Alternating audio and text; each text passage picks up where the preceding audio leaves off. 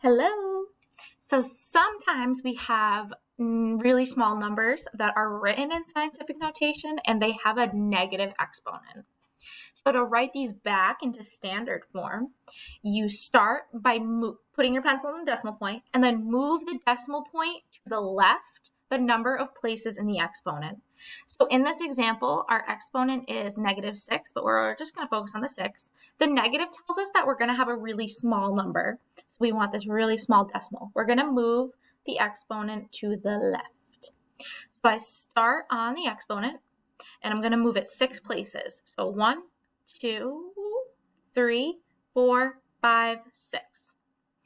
And then you fill in these placeholders with zeros. So 0, 0 there, 0 there, 0, 0. And I'm going to rewrite the number so it looks a little neater. So now I have 0 point, so that's where my decimal ended up right here. And then I have 1, 2, 3, 4, 5 zeros. 1, 2, 3, 4, 5. And then 2, 4, 5, 6. So my number is 0.00002456. Let's try another one. 7.4 times 10 to the -3. So put your mouse or your pencil on the decimal and move it 3 places to the right so that we make a really small number. So 1, 2, 3.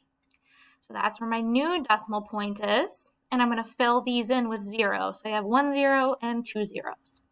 So now my new number is 0.0074. And you'll see that this works the other way too. So I know that my exponent was 3. And if I wanted to write this number in scientific notation, I would start on the decimal point and move it 1, 2, 3 right after the first digit.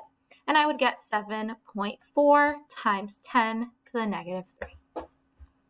Yay!